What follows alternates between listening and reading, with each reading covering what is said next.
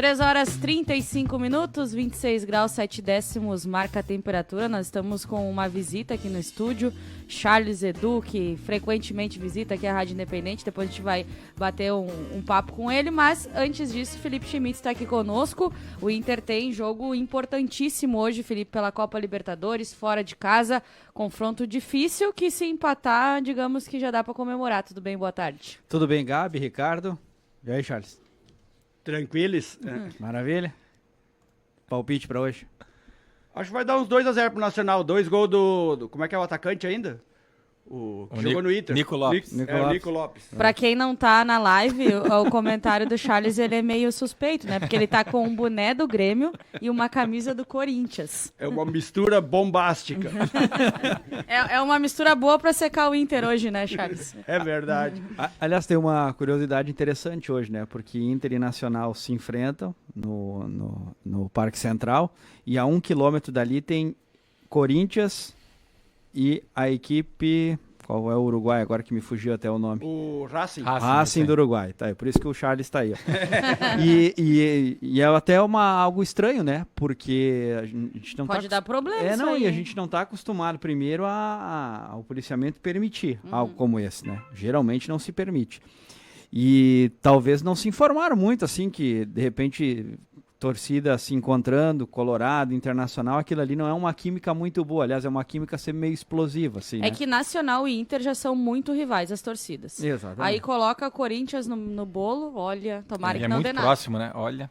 Não, eu acho que foi, assim, um descuido, né, por parte de quem organiza, mas, enfim, né, vamos torcer para que dê tudo certo, cada um fique no seu quadradinho, né, cada um fique no seu estádio, no seu jogo e tá tudo certo. Sobre o jogo de hoje, né, eu acho que ele ganha, assim, alguns ingredientes a mais, porque ontem teve a vitória do Atlético Nacional, venceu o Bahia por 1-0, acho que o Bahia vive assim um momento assim, meio de turbulência, não consegue mais ter bons resultados, vem de 2 derrotas seguidas na Libertadores, e aí claro que a gente fica analisando assim a tabela de classificação, ela permite muita coisa, né?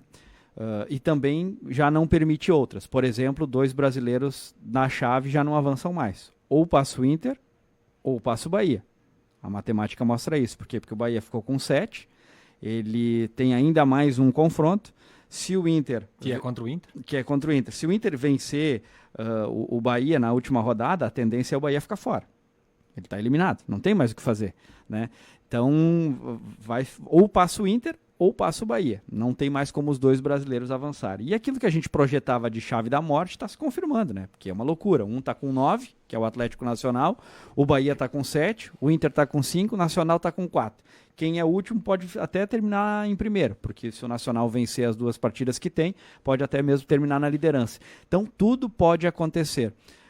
Fica um pouco difícil, assim, a gente projetar o que era pior. Claro que se o Bahia ganha ontem, ele já estava automaticamente na próxima fase, né? E aí de mais sangue doce, né? Eu acho que o pior resultado foi o que aconteceu, que era o mais provável também, né, Felipe? Porque o Bahia sabe que ele entra em campo não podendo perder o jogo, né? Na última rodada ele sabe que, de repente, claro que ele entraria mais leve para jogar também, né? Às vezes, assim, quando tu tá com menos responsabilidade, o organismo responde melhor, né? A perna não pesa tanto e tal, poderia ser até um problema. Mas a gente sabe que o Bahia vai ter que entrar dando a vida, então não tem outra circunstância. Então, pode-se analisar de várias formas o que poderia ser melhor, se era ter o Atlético ganhado ou o Bahia ganhado, o melhor era o empate, né? Acima de tudo, mas como não aconteceu, o Inter precisa fazer a sua parte. O Inter, se a gente for voltar lá na partida contra o Nacional, né? Hoje, se fosse a lógica de um segundo tempo, onde um time estava vencendo por 3-0, o Inter teria hoje menos 1 ponto e o Nacional 2 mais, e aí o Inter estaria na lanterna. Então veja como foi importante buscar aquele pontinho, né? Porque vários jogadores do Inter depois da partida falaram, olha, esse ponto aqui, da forma como foi, ele pode ser importante, e pode realmente. Mas o foco é hoje, né? O Roger, eu sei que ele está com muito problema para resolver, muitos jogadores de fora, jogadores que fazem a mesma função, jogadores importantes. Ele perde, eu sei, o torcedor vai dizer, mas o Borré não tá legal, o Valência não tá tão bem, mas a zagueirada sempre respeita um pouco mais, quando se trata de jogadores desse nível, independente da fase.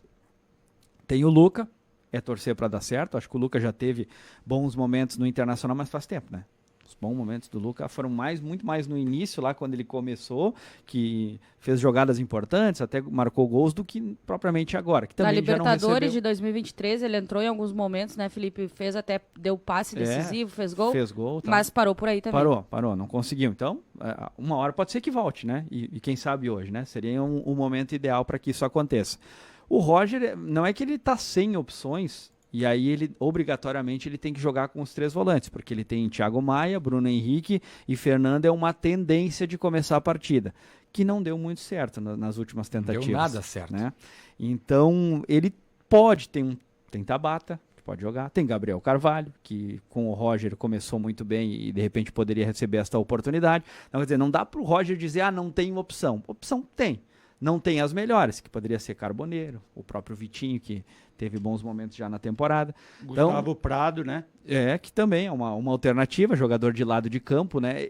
Esse eu até descarto um pouquinho, assim, em função até, de repente, da inexperiência, né? E a gente sabe que, às vezes, né, Charlão, os técnicos acabam pegando a identidade do cara lá para ver como é que tá a idade e tal, daí vamos esperar um pouquinho, é jogo muito quente, daqui a pouco não vai aproveitar. Mas é uma alternativa, foi ele que salvou o Inter, por exemplo, contra o Maracanã, né? Mas eu acho que o Roger ainda vai optar pelos 3 volantes, vai ser um pouquinho mais conservador, vai primeiro se preocupar em não perder, porque a derrota ela deixa o Inter numa situação bem mais delicada, né? Porque na última rodada ele vai depender de resultado, então não dá para perder.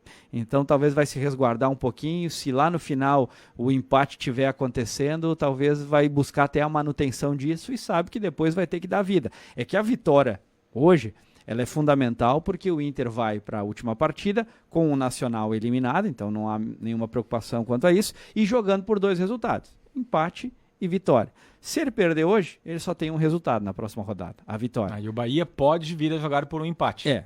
O que, vamos combinar, é uma coisa muito delicada, porque daqui a pouco um Bahia larga na frente aqui, já jogando pelo empate, tem que correr atrás do resultado, buscando 2 gols. E também não é porque vai jogar em casa que está garantida a vitória, né, Felipe? Longe disso, né? Longe disso, até porque a gente já viu, né, que contra o Atlético Nacional, o Inter até não estava fazendo um bom jogo, fica com um jogador a mais e aí consegue buscar o resultado, enquanto o Nacional o resultado foi de empate. Então, é um grupo difícil, é sim o grupo da morte, tudo aquilo que nós na teoria desenhávamos, na prática se confirmou. E azar do Inter que caiu nesse grupo, mas vai ter que buscar agora superar.